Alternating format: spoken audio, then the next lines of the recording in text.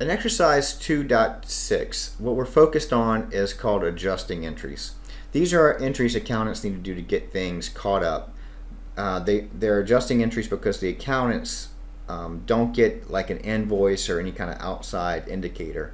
Instead, they need to know to do these on their own.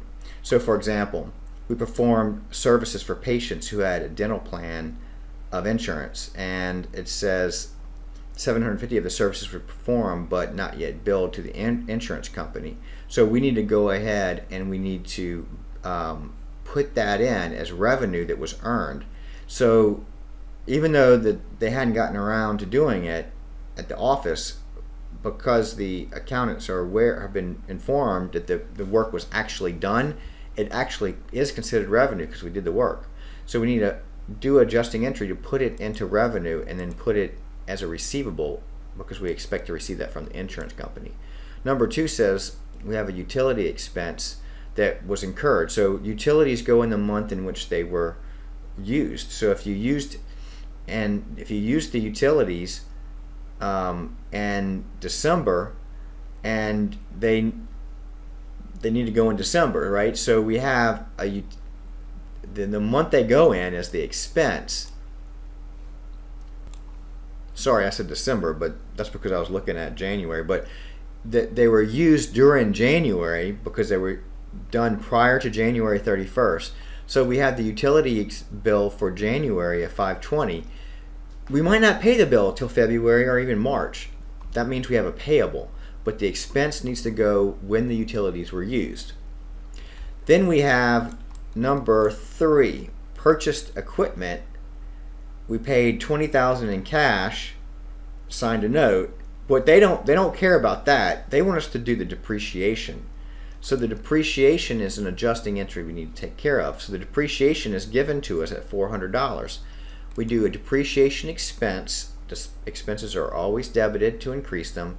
And then the accumulated depreciation is actually a reduction to the equipment as an asset. How do you reduce assets?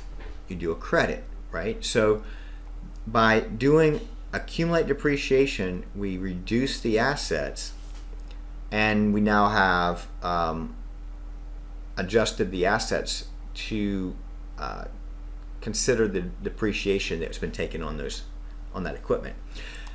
All right, number 3, the second part is the interest that was incurred. So we're not looking at the initial purchase, we're looking at the interest. So since the interest is given to us at $500 a month, we need to show that expense. So the accountants need to go in, make an adjustment, say, well, we had interest that has occurred, but we haven't paid it yet, so we need to put the expense in and put the liability in.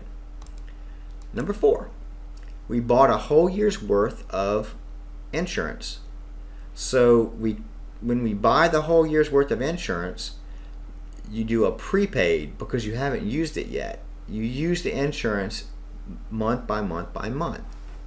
Okay, so what that means is we had a whole year of prepaid insurance of $12,000, but what we want to do is adjust that because we want to show that we used 1 month.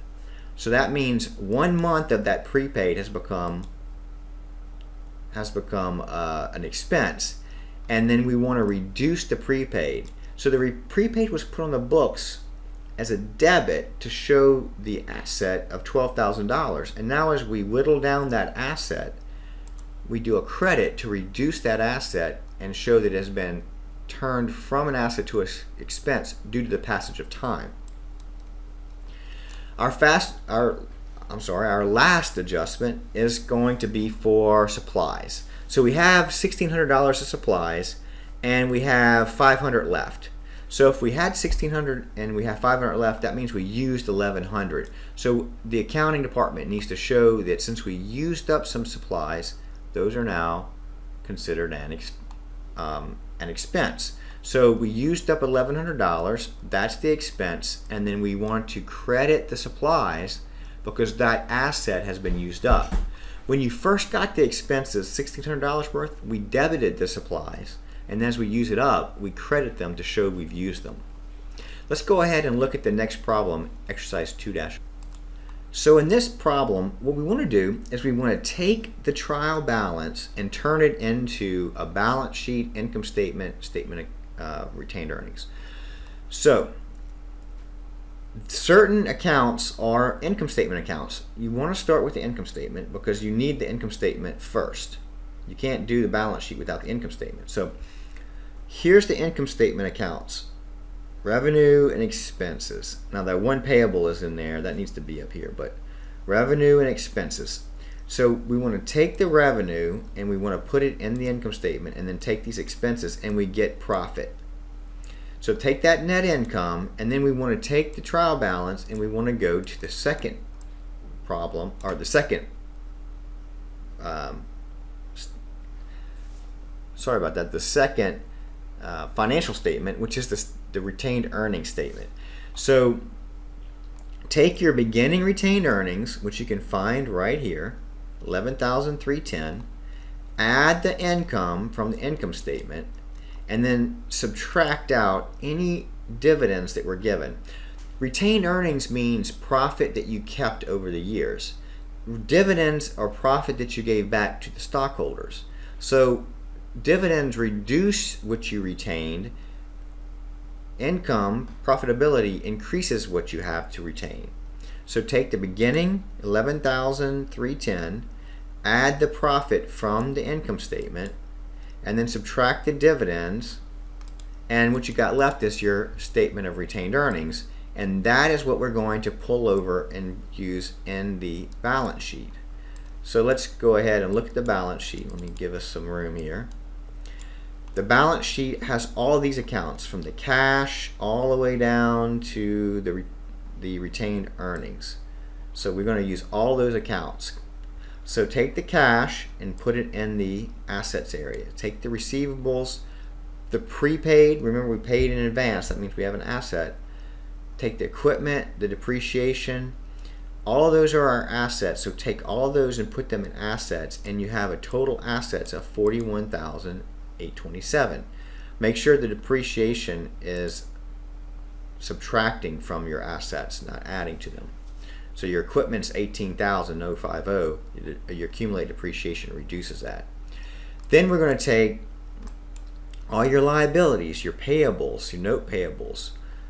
So we have those two, the notes payables, the interest payable, which is at the very bottom, accounts payable. That makes up our liabilities. And then we're going to take the common stock, which we have provided for us right here. And then we want to take the retained earnings. Now don't take the retained earnings from here. You got to take the retained earnings from the statement of retained earnings. That's where you might mess up. So make sure you don't take it. Take the retained earnings from the statement of retained earnings, not from the trial balance.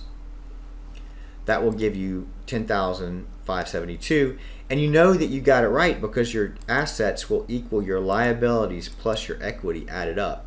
Your liabilities being $11,255, your equity being $30,572. Add those up, we get $41,827, and that equals the assets. We know we're correct. If you use the wrong retained earnings, then this number here is going to add up to something different. So you're going to be different, and that won't be a balance sheet. Balance sheets have to balance.